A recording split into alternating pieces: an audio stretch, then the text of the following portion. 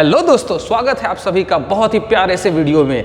ये वीडियो मैंने बनाया है अकॉर्डिंग टू थर्मोडायनेमिक्स लॉ, जो कि फर्स्ट लॉ ऑफ थर्मोडायनेमिक्स के बेसिस पे है। और मैं बताऊंगा इस वीडियो में कि कैसे first law of thermodynamics according to modern science ये दिया था श्री कृष्ण जी ने महाभारत में। आप दोस्तों बने रहिएगा, इस वीडियो को कंप्लीट देखिएगा, क्योंकि आधा अधूरा ज्ञान बहुत ही पॉइजन होता है। तो लिंक मैंने आपके डिस्क्रिप्शन बॉक्स में या फिर कमेंट सेक्शन में दिए हुए होंगे, उस पर जाकर के आप पूरी वीडियोज को जरूर देखना, मजा आएगा आपको। तो चलिए शुरू करते हैं।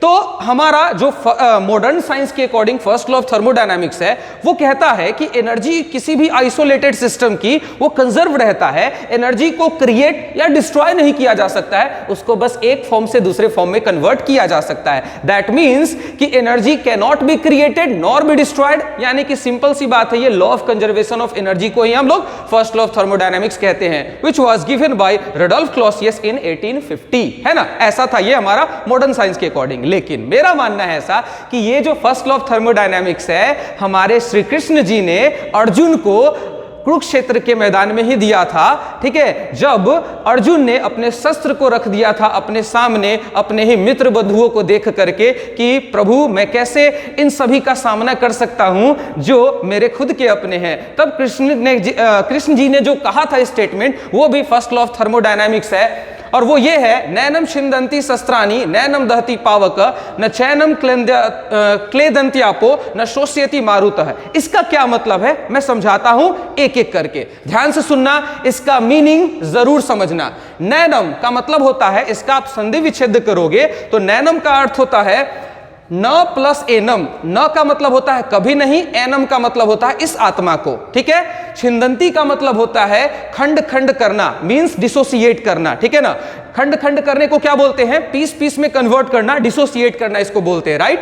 उसके बाद शस्त्राणी का मतलब होता है हथियार, यानी कि किसी भी तरीके के वेपन से उसको खत्म नहीं किया जा सकता है। दहती का मतलब होता है जला सकना या जला सकता है। पावकः का मतलब होता है अग्नि, यानी कि फायर, ठीक है ना, जिसको आग बोलते हैं। चैनम को अगर तुम तोड़ोगे तो कैसे टूटेगा, च प्लस एनम। च का मतलब होता है वी और एनम का मतलब ऑलरेडी हम लोगों ने पढ़ा था, क्या पढ़ा था, इस आत्मा को। उसके बाद क्लेदन्त्यापो, दो वर्ड के मिलने से बना हुआ है, क्लेदयंती और आपह। क्लेदयंती का मतलब होता है भिगो सकता है, और आपह का मतलब होता है जल, ठीक है। उसके बाद शोष्यति, शोष्यति का मतलब, न का मतलब ऑलरेडी जानते हैं हम लोग, कभी नहीं, ठीक है ना। शोष्यति का मतलब होता है सुखा सकना, यानी कि ड्राई करना। मारुतः का मतलब होता है वायु, यानी कि एयर। अब ध्यान से सुनना इस पूरे स्टेटमेंट का मीनिंग।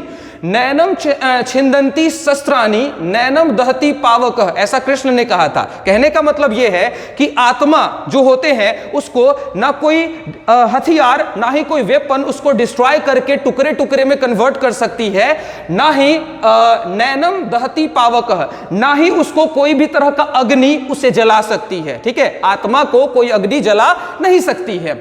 न चैनम क्लेदन्त्यापो, इसका मतलब क्या हुआ कि कभी भी उसे देखो चैनम कैसे बना है, च प्लस एनम, यानी कि कभी भी इस आत्मा को कोई सुखा नहीं सकती है। इसमें यापो में आपह छुपा हुआ है, देख लो आपह छुपा हुआ है। क्लेदन्त्यापो, क्लेदयंती और आपह से मिलकर बना है, जो कि जल होता है, यानी कि जल के द्वारा उसे भिगाया नहीं जा सकता है, यानी कि आत्मा भीग नहीं सकती है, ठीक है ना, वेट नहीं हो सकती है। न शोष्यति मारुतः, यानी कि एयर उसको सुखा, उसको ड्राई नहीं कर सकती है। अब ध्यान से सुनना मेरी बात को। एनर्जी, अब ध्यान से सुनना, अकॉर्डिंग टू मॉडर्न साइंस में अगर इसको ट्रांसलेट करूं, मतलब अगर इस स्टेटमेंट को, कृष्ण के द्वारा स्टेटमेंट को दिए गए को मैं फर्स्ट लॉ ऑफ थर्मोडायनामिक्स से कनेक्ट करने की कोशिश करूं, तो ध्यान से सुन लेना मेरी बात को। आत्मा यहां पे कहा गया है एनर्जी को, राइट। आत्मा यहां पे कहा गया है एनर्जी को, ठीक है।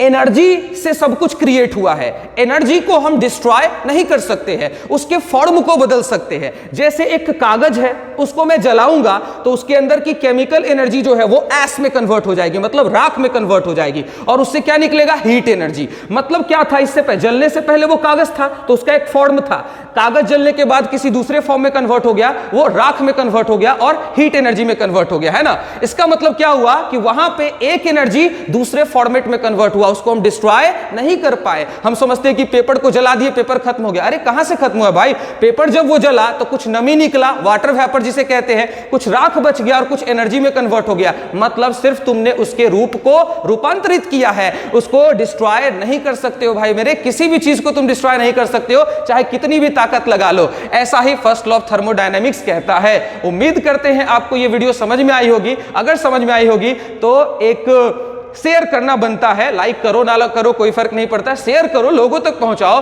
कि हमारा जो मॉडर्न साइंस है कितना भी बड़ा हो जाए, हमारे जो शास्त्रों के सामने है वो छोटा ही रहेगा। शास्त्रों से निकलकर साइंस आया है, साइंस से शास्त्र नहीं आए हैं। तो आज के लिए इस वीडियो में इतना ही, मिलते हैं नेक्स्ट वीडियो में। तब तक के लिए स्टे सेफ, हैव फन। जय हिंद, वंदे मातरम। पढ़ते रहिए, बढ़ते रहिए और कुछ ना कुछ सीखते रहिए।